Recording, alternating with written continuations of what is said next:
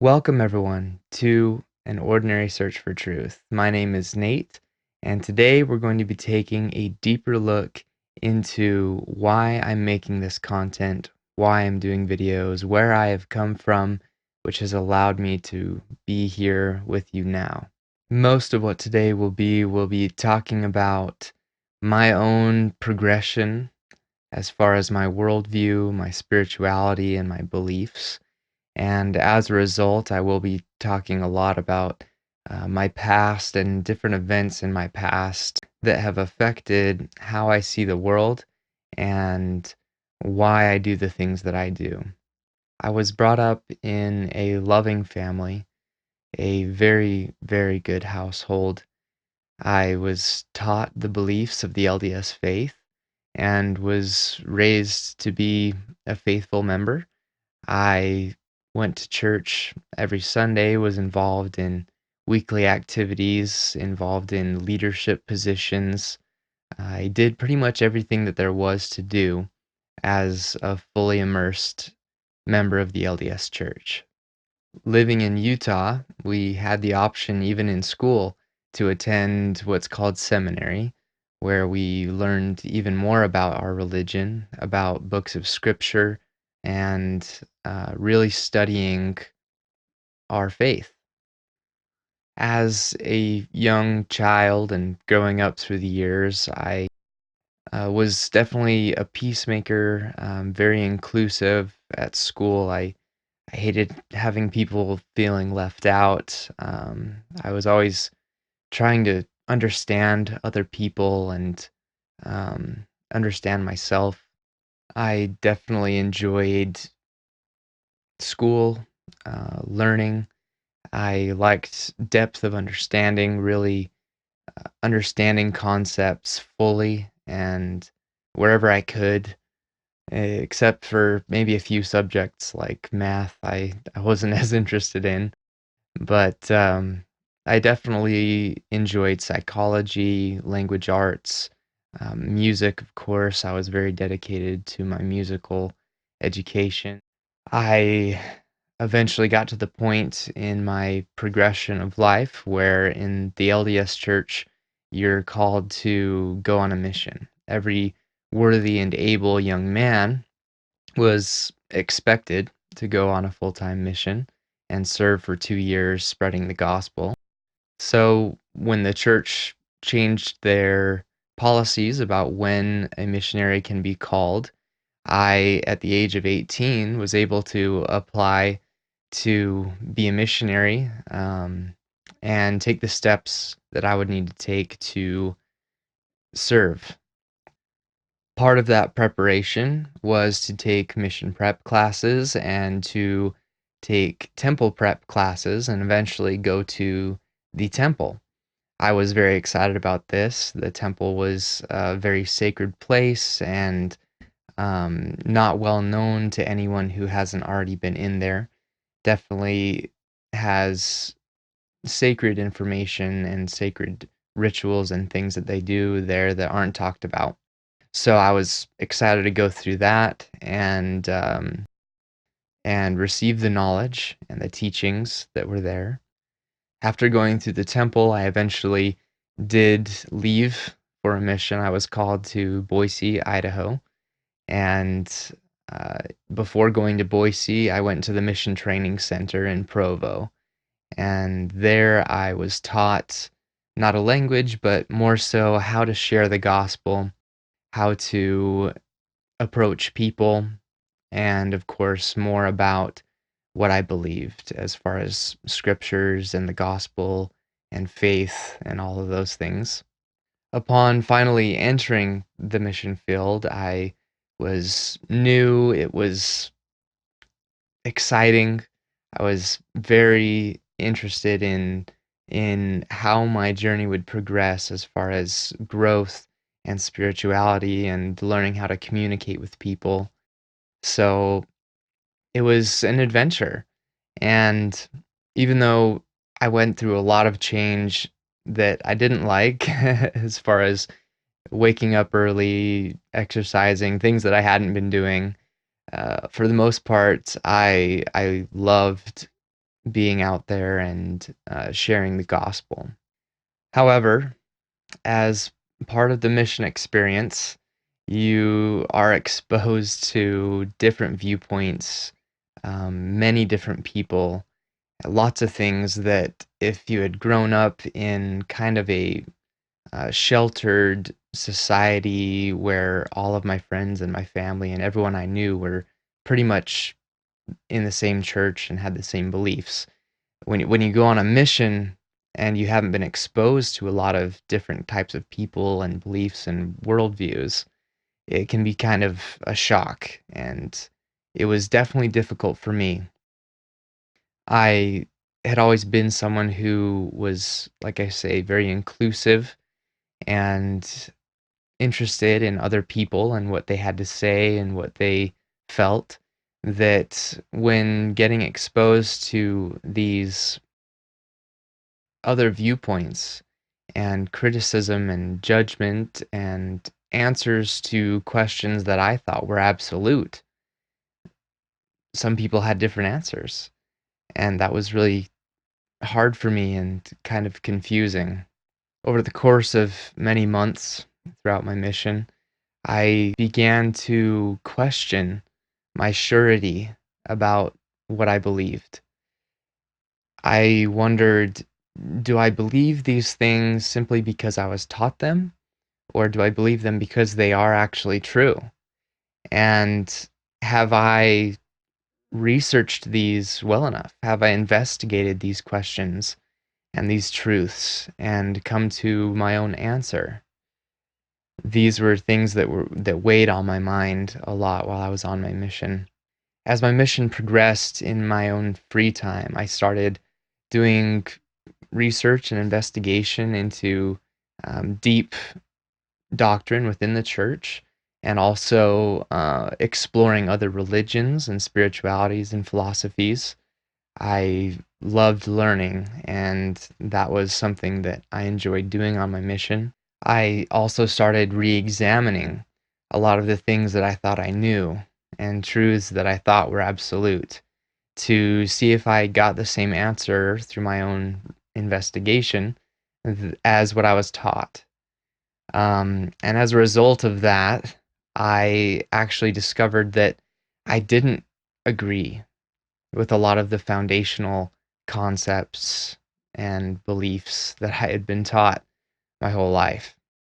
And that is such a difficult thing to come to terms with when you've believed something and thought something and known something your whole life, and then all of a sudden it's thrown into question, and you realize that you actually have a different opinion, that you think something different. That's really difficult to come to terms with. Going through a paradigm shift like that of beliefs, worldview, everything that you've based your entire life and your future on, when that starts to crumble and crack, it's a source of great anxiety, great stress. I was depressed. I couldn't sleep. I couldn't eat. I didn't know what to do. I was confused. I was angry a little bit. I was worried about what this would mean for my future. I eventually reached a fork in the road where I had to make a decision regarding my beliefs, regarding my life course, and at the time regarding whether I would stay out on my mission or not.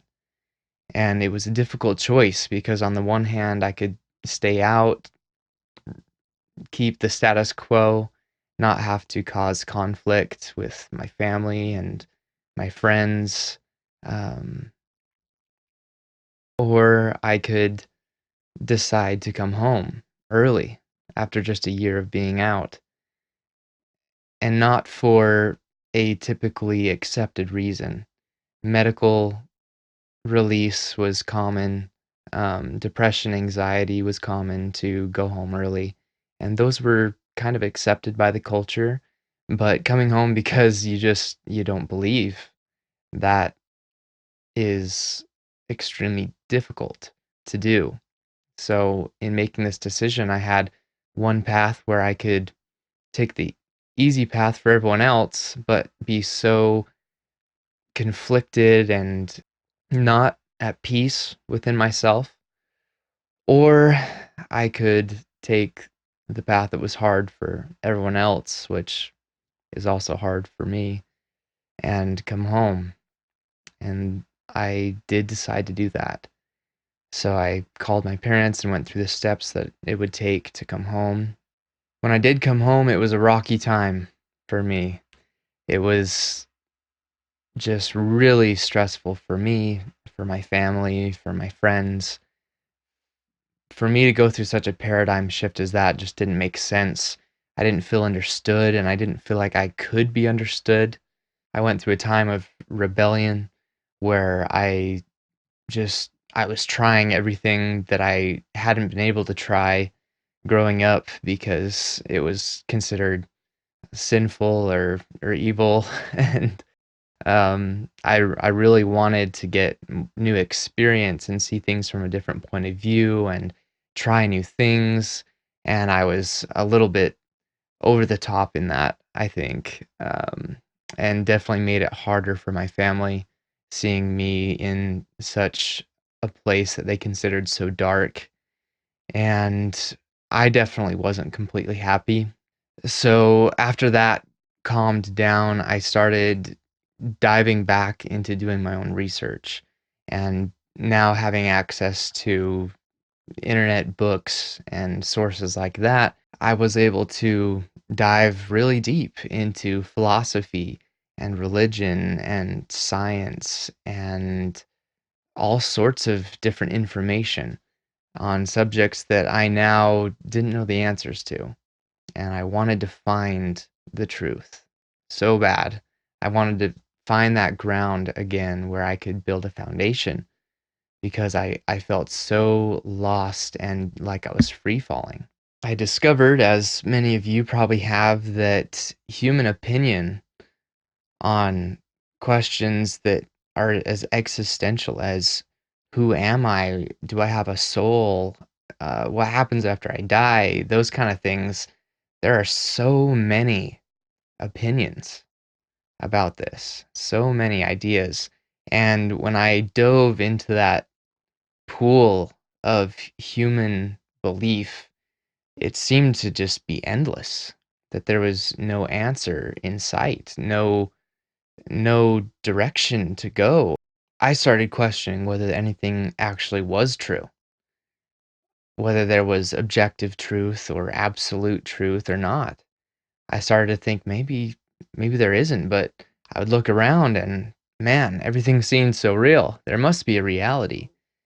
So I was really torn up inside about what answers I should believe and what answers were just human imagination.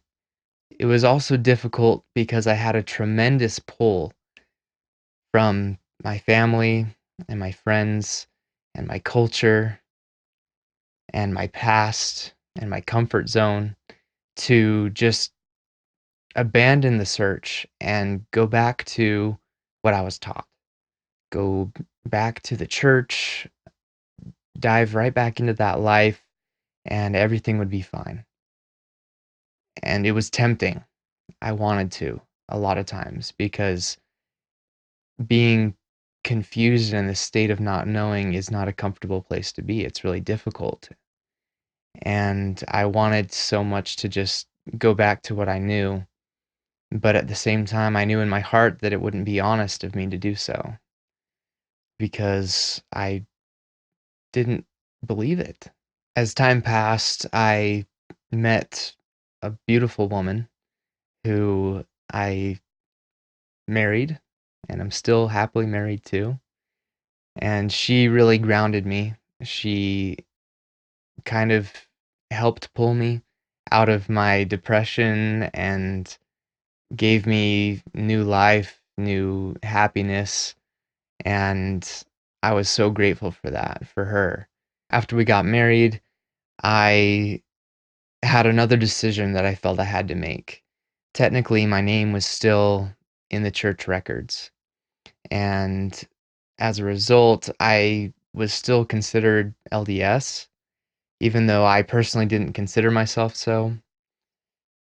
So I had to make a decision whether to kind of just be in the shadows, inactive member who could always go back whenever he wanted to, or to completely cut that tie, which means I would have to get retaught by missionaries, baptized.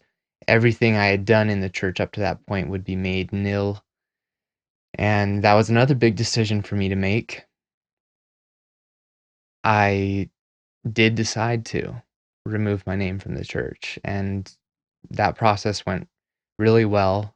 I thank the bishop and stake president at the time of where we were living who helped with that. It really, the choice to do so stemmed from a very innate aspect of my personality, which is to be honest and authentic and open about who I am and not have any hypocrisy or false pretense as to who I am and what I believe. So that was the first step of many that I took in order to maintain that in my life. Over the course of the next almost 3 years now, I have continued my learning process, continued developing my worldview and examining my beliefs and examining reality, as well as asking questions over and over again. And I have kind of settled into a worldview that has brought me a lot of peace, has been very all inclusive in its answers to my questions. It seems to make the most sense to me and seems to be the most foundational that human thought can go. I know that's a bold claim, but I definitely have settled into that, and it has brought peace into my life, happiness, and confidence and wisdom that I've never felt in such a degree. I think I've grown in the past 2 or 3 years more than in my entire life as far as my perspective and my understanding. And because my life has been so greatly affected in the positive direction as a result of what I've learned and what I've studied, I've felt an increasing desire to share these things, to help others, to teach others, to heal. And that's mainly why I'm making these videos is, like I said in my first video, to help you. I have been through the difficult, confusing, daunting task of going through a paradigm shift and having to redefine your worldview and build your beliefs from the bottom up. It's so challenging. If any of you are going through that right now, I understand. I've been there, I've been through it, and it isn't easy, but there is a light at the end of the tunnel. As you progress and grow, you will start to gravitate towards those things that resonate with who you are at your deepest levels more than anything else has. And it takes time, it takes effort, it takes consistency, but you definitely can get there. And not only can you get there, but it is vital that you do. I'm such a huge believer in that, how important it is that we examine our worldviews and try to figure out, is this something that I was just taught, or is this something that I actually believe through my own experience and through my own investigation? So important. And I'll be talking about that in depth in my next week's videos about worldviews. I hope that as you've seen kind of where I've come in life, how I've progressed as far as my beliefs and what events happened in my life that kind of got me to where I am, um, that you can relate with some of those things, with going through some of those things. And if you do, let me know in the comments. I love to hear back from you, to hear your stories and your progression. I've had friends who have gone through this same thing, and so I know that there are people out there who, like me when I was going through it, are looking for help, are looking for guidance, and looking towards people who have been through the darkness and have found the light at the other side. I found strength online through YouTube, through videos, so I hope that you can too. I hope that I can be part of that for you. In summary, my past developed me into who I am today, and I would never change it. I would also like to say that I don't blame anyone for what I went through. I don't blame my family for how I was raised. They did what any loving family would do and brought me up according to the greatest truth that they had, according to the greatest happiness and peace that they could give. They did their best to give that to me. And I do not hold that over them. I don't blame them for that, and I wouldn't change anything about my past. I've learned so much and grown so much and would not be here today without my loving family and without everything that has happened. And much of what my family taught me growing up about how to be a good person, about being passionate about what you love to do, about how to love, how to be a good listener, about how to raise a child. Much of those things I still appreciate and are still a part of who I am. So I'm grateful. I'm grateful for how I was brought up. I am definitely passionate about truth and about the spiritual journey that all of us must go through. I have an extremely strong desire to help, to be of service, and to let what I have learned be useful to others besides myself. Thank you for watching and supporting me in what I'm doing here on the channel. I hope I can be of help, and I know that you'll be of help to me through your comments, your tips and advice. Please leave those. I'm still learning, so I need all the help I can get. And definitely subscribe to stay up to date on my content. Like if you want to show your support. Join me for the next video, what to do with a hand-me-down worldview, where I'll be investigating worldviews and really trying to understand how they affect our lives, how they develop naturally, and how we can take responsibility for our own worldview. I'm very excited for that video. I've been putting a lot of work into it. Thank you for watching. I'll see you in the next video.